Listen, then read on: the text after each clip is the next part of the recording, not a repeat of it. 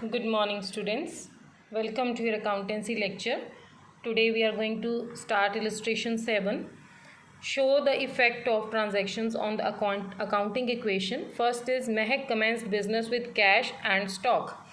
रजे मैंने यहाँ पे एक फॉर्मेट जो बनाया है उसमें अकाउंटिंग इक्वेशन है. स्टेटमेंट कैसे बनानी है आपने, transactions that you have to write on your own. Then asset is equal to capital plus liabilities.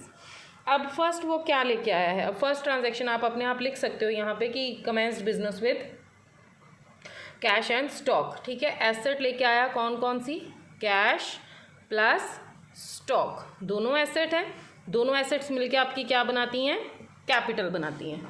ठीक है, तो आपके पास कैश कितना आया बेटे, कैश आया 40,000, स्टॉक आया 60,000. तो मैं कैश में लिख दूंगी 40,000 और स्टॉक में लिख दूंगी 60,000 और ये मेरा टोटल कैपिटल बनेगा कितना, 1 लाख. Is that clear. और यहाँ पे लाइबिलिटीज़ क्या हैं, अभी निल हैं. ठीक है, तो हमारी जो फर्स्ट इक्वेशन है बेटा वो बनती है 40,000 प्लस 60,000 और इधर 1 लाख. क्लियर, ये हमारी फर्स्ट इक्वेशन है. Clear. Now second one is purchased goods on credit. अब उसने गुड्स परचेज किए हैं, गुड्स परचेज किए तो उसके पास स्टॉक बढ़ गया. ठीक है, स्टॉक बढ़ा 30,000 से. लेकिन जब उसने परचेज किए तो क्या उसने कैश दिया, नहीं. उसने कैसे परचेज किए, क्रेडिट पे. इट मीन्स उसके क्रेडिटर्स बढ़ गए. ठीक है, कहने का मतलब है उसकी लाइबिलिटी बढ़ गई कि वो बाद में पेमेंट करेगा. ठीक है, तो 30,000 के क्रेडिटर्स बन गए आपके और स्टॉक इंक्रीज हो गया. क्लियर. तो स्टॉक कितने से इंक्रीज हुआ, ये स्टॉक की अमाउंट है ना. स्टॉक के नीचे मैं लिखूंगी 30,000 से स्टॉक इंक्रीज हुआ और इधर मेरी लाइबिलिटी बढ़ गई जिसको मैं किसका नाम दूंगी अब, क्रेडिटर्स का. रजे हो सकता है कि आप यहाँ पे भी लिख सकते हो, कोई ज़रूरी नहीं है कि आपने यहीं पे लिखना है. ठीक है, तो आपको पता होना चाहिए कि आपके क्रेडिटर्स यहाँ ऐड हुए हैं. कितने ऐड हुए हैं, 30,000 के. ठीक, तो आपकी सेकेंड इक्वेशन क्या बनती है, सेकेंड इक्वेशन बनती है आपकी 40,000 प्लस 90,000, ये 1 लाख प्लस 30,000. क्लियर, ये मेरी बन गई second equation. Now after that उसने क्या बोला है, third entry, sold goods costing ₹16,000 for 20,000 on credit. Goods sale किए हैं उसने, कैसे किए हैं, क्रेडिट पे, कैश पे नहीं किए. अगर उसने गुड्स सेल किए होते कैश पे तो कैश बढ़ जाता. ठीक है, क्योंकि पैसा आता है. लेकिन यहाँ पे उसने गुड्स सेल किए हैं तो उससे गुड्स जा रहे हैं. कितने के गुड्स थे, 16,000 के गुड्स थे जो उससे गए. तो उसका स्टॉक 16,000 से डिक्रीज हो गया. ठीक है, लेकिन उसने बेचे कितने में, 20,000 में. इट मीन्स 16 की चीज़ उसने 20 में बेच दी तो उसको 4,000 क्या हो गया, प्रॉफिट हो गया. वो प्रॉफिट किसको इफेक्ट करेगा, कैपिटल को. 4,000 से आपकी कैपिटल बढ़ गई और उसने क्योंकि गुड्स जो हैं वो सेल किए हैं क्रेडिट पे तो इट मीन्स वो उसको बाद में पेमेंट करेंगे. तो वो क्या बन गए, उसके डेटर्स, उसकी एसेट, क्योंकि उसने खरीदे हैं तो वो पेमेंट भी करेगा उसको. ठीक है ना, तो ये उसके बन गए डेटर्स. कितने से, 20,000 से. नाउ लेट्स सी, ये मेरा स्टॉक है, उसने सेल किया 16,000 का तो मेरा 16,000 स्टॉक कम हो गया. साथ ही साथ कितने में बेचा, 20 में, लेकिन क्रेडिट पे बेचा तो ये बन गए उसके डेटर्स. कितने के डेटर्स बन गए, 20,000 के. ठीक है, और उसको क्या हो गया था, 16,000 की चीज़ उसने 20,000 में बेच दी तो 4,000 उसको हो गया प्रॉफिट, जो उसने किस में ऐड कर दिया, कैपिटल में. क्लियर. इस तरह से हमारी थर्ड इक्वेशन बनेगी. थर्ड इक्वेशन क्या बनती है हमारी, 40,000 प्लस 74,000 प्लस 20,000. इधर मेरे पास आता है 1,04,000 प्लस 30,000. ये मेरी थर्ड इक्वेशन बन गई. ठीक है बच्चे. उसके बाद फोर्थ क्या है, फोर्थ में वो कह रहा है return goods to supplier. Return goods to supplier कि जो हमने गुड्स परचेज किए थे वो हमने अपने सप्लायर को वापस कर दिया. इट मीन्स उन गुड्स में कोई डिफेक्ट होगा जो हमने परचेज किए थे क्रेडिट पे. ठीक है, वो हमने रिटर्न कर दिए उसको. अगर हमने उसको रिटर्न कर दिए तो हमारा स्टॉक डिक्रीज हो जाएगा 5,000 से. ठीक है।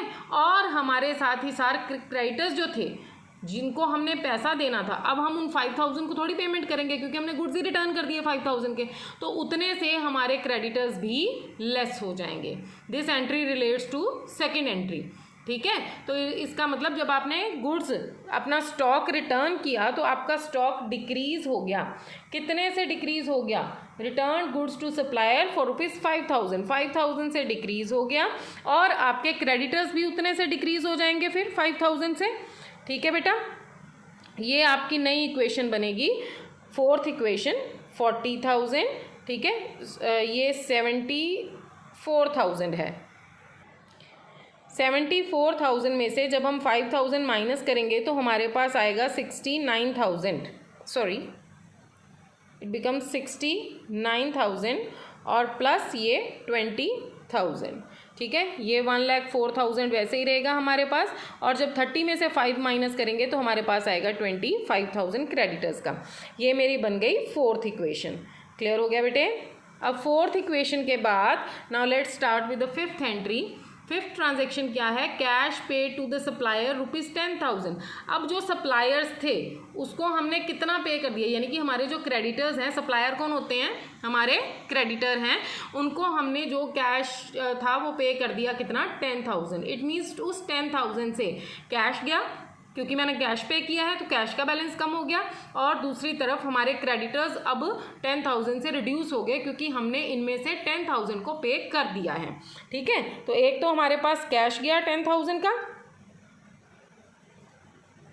एक तो हमारे पास 10,000 का कैश गया, और दूसरा 10,000 से मेरे क्रेडिटर्स रिड्यूस हो गए। अब मैंने इनको नहीं देना, ठीक है। 5,000 के मैंने उनको रिटर्न कर दिए थे तो मेरा बैलेंस रह गया था 25,000, फिर मैंने उसमें से 10,000 उनको कैश पे कर दिया। तो अब मेरे पास जो स्टेटमेंट आएगी वो क्या आएगी? वो आएगी 40,000 में से 10,000 माइनस किया तो इट बिकम्स 30,000 कैश बैलेंस, 69,000 आपके पास स्टॉक पड़ा हुआ है, और 20,000 आपके डेटर्स हैं। इधर 1,04,000 आपकी कैपिटल है, और यहाँ 15,000 आपका क्या है? क्रेडिटर्स बच गए, ठीक है। नेक्स्ट देखें हम, ये हमारी फिफ्थ इक्वेशन बनती है बेटे। फिफ्थ के बाद now let's start with the sixth one. Six में क्या कह रहा है? Goods returned by a customer. Customer ने, कस्टमर कौन है? जिसको हमने सेल किए थे। इट मीन्स ये किसके साथ रिलेटेड है? थर्ड पॉइंट के साथ, ठीक है। Goods returned by a customer 9,000 costing ₹7,000। Goods जो थे वो कस्टमर ने हमें रिटर्न कर दिए, तो जो हमें रिटर्न किए हैं उससे क्या होगा? हमारा स्टॉक इंक्रीज हो जाएगा, लेकिन कितने से इंक्रीज होगा? अब जितने की कॉस्ट होगी उतने पे दिए होंगे ना हमने, वही हमारा स्टॉक इंक्रीज डिक्रीज हुआ होगा, तो कॉस्ट प्राइस से हम अपने स्टॉक के ऊपर इफेक्ट करेंगे, ठीक है। गुड्स रिटर्न हो गए तो 7,000 से हमारा स्टॉक इंक्रीज हो गया, ठीक है। और हमारे डेटर्स जो हैं जिनको हमने 9,000 रुपीज़ उन्होंने हमें देना था, अब हमें उन्होंने नहीं देना है, तो 9,000 मेरे डेटर्स में से डिडक्ट हो जाएंगे। 7,000 के मेरे गुड्स इंक्रीज हो गए, देखो 7,000 का मेरा स्टॉक इंक्रीज हो गया, और 7,000 का मेरा स्टॉक डिक्रीज हो गया। 7,000 बचे, मेरा स्टॉक इंक्रीज हो गया, तो मैंने स्टॉक में ऐड कर लिया। अब ये डेटर्स जो थे इन्होंने मुझे वापस कर दिया है, तो वापस कर दिया है तो ये अब मुझे उतनी अमाउंट नहीं देंगे। कितना नहीं देंगे? 9,000 नहीं देंगे।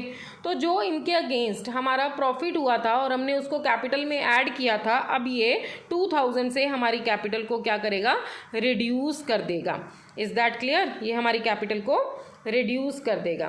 तो नेक्स्ट हमारी एक्चुअल जो है स्टेटमेंट वो बनेगी 30,000 प्लस, इन दोनों को प्लस करेंगे, इसमें से 9,000 माइनस करेंगे, इनको माइनस करेंगे 1,02,000 आएगा, ठीक है, और प्लस 15,000 ये हमारा क्रेडिटर्स हैं, ठीक है।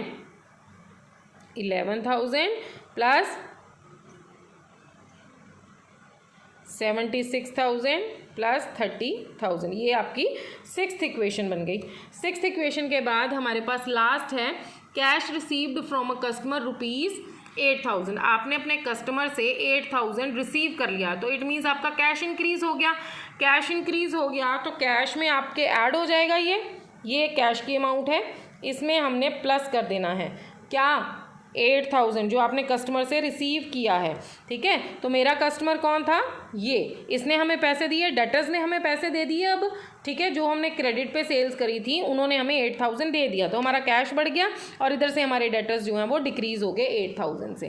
क्लियर है। तो इसकी इक्वेशन इस तरह से हम लोग बनाएंगे। नेक्स्ट राजे इलस्ट्रेशन 8 है, show the effect of the following transactions on the accounting equation. Sonia started business with cash, stock and machinery.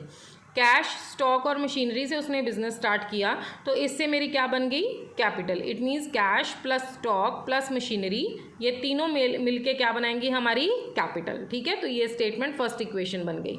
Next देखो, goods costing ₹25,000 sold for 28,000 on credit. यहाँ पे एंड नहीं है बेटे, ऑन कर लो, ऑन क्रेडिट।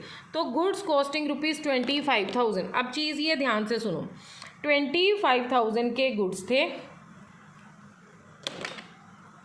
25,000 के goods थे जो उसने कितने में सेल कर दिए, 28,000 में, ठीक है। तो इट मीन्स आपको क्या हो रहा है, प्रॉफिट हो रहा है, कितने का, 3,000 का क्या हो रहा है, प्रॉफिट। तो इस प्रॉफिट से क्या होगा, कैपिटल इंक्रीज हो जाएगी, ठीक है।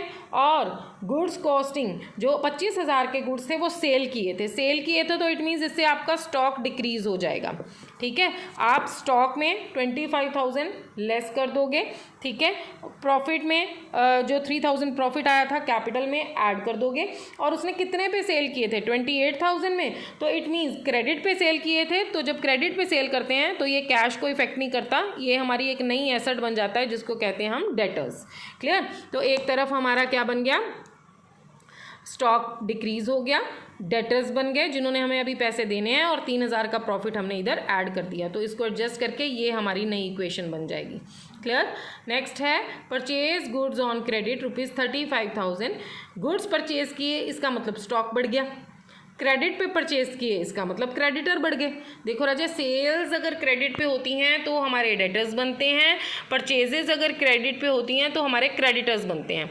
क्रेडिटर्स हमारी लायबिलिटी होती हैं, जब हम परचेज करते हैं तो हमें उनको पैसा देना होता है, तो इसलिए वो हमारे लायबिलिटी क्रेडिटर्स बन गए।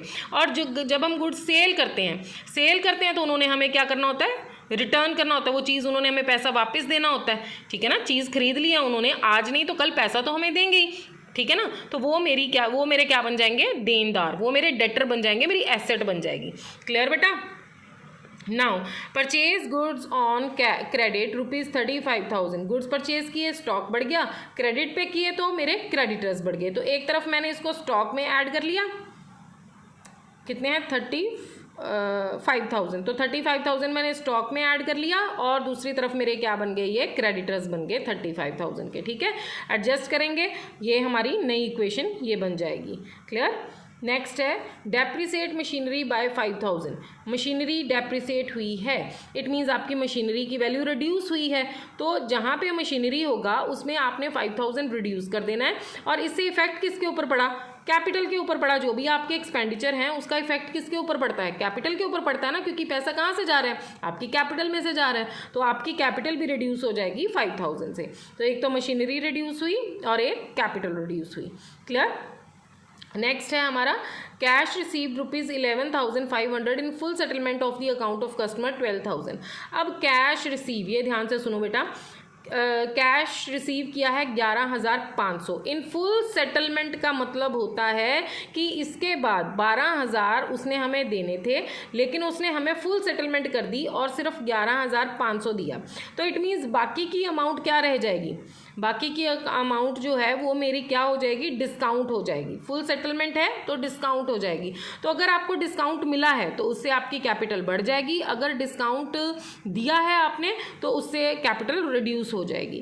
क्लियर। अब ये देखो, 11,500 आपने रिसीव किया, तो रिसीव किया है तो इट मीन्स आपने डिस्काउंट क्या किया है, उनको दिया है, तो it means it is your loss. तो जो लॉस है आपका 500 रुपया वो कैपिटल में से लेस हो जाएगा, कैश रिसीव कैश में ऐड हो जाएगा, ठीक है। और डेटर्स जितने से थे 12,000 के, उसमें से डेटर्स आई थिंक 28,000 है, तो उनमें से 12,000 के अमाउंट रिड्यूस कर देंगे हम लोग। क्लियर। नेक्स्ट है bad debts return of. Bad debts क्या होते हैं बेटा, वो डेट्स जो बैड हो गए हैं, इट मीन्स वो पर्सन इंसॉल्वेंट हो चुका है और उसने आपको पैसे नहीं दिए हैं।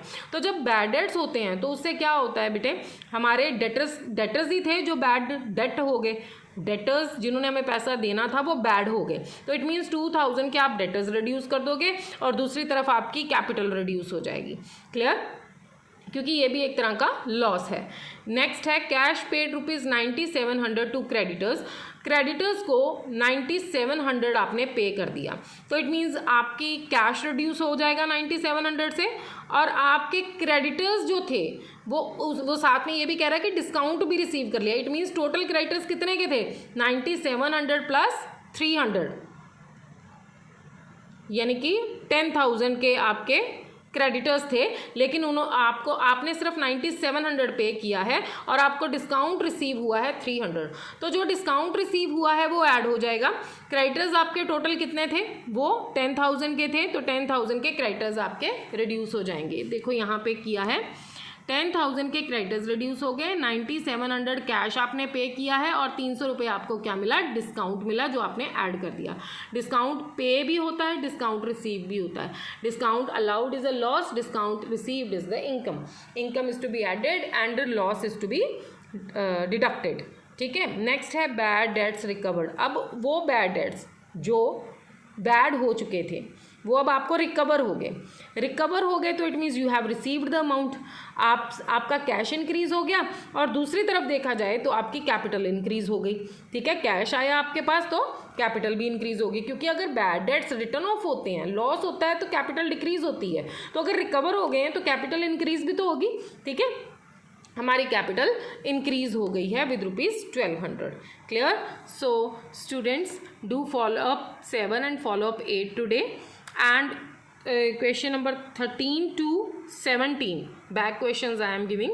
Just do solve all these sums and ask your queries if you have any. Thank you, students.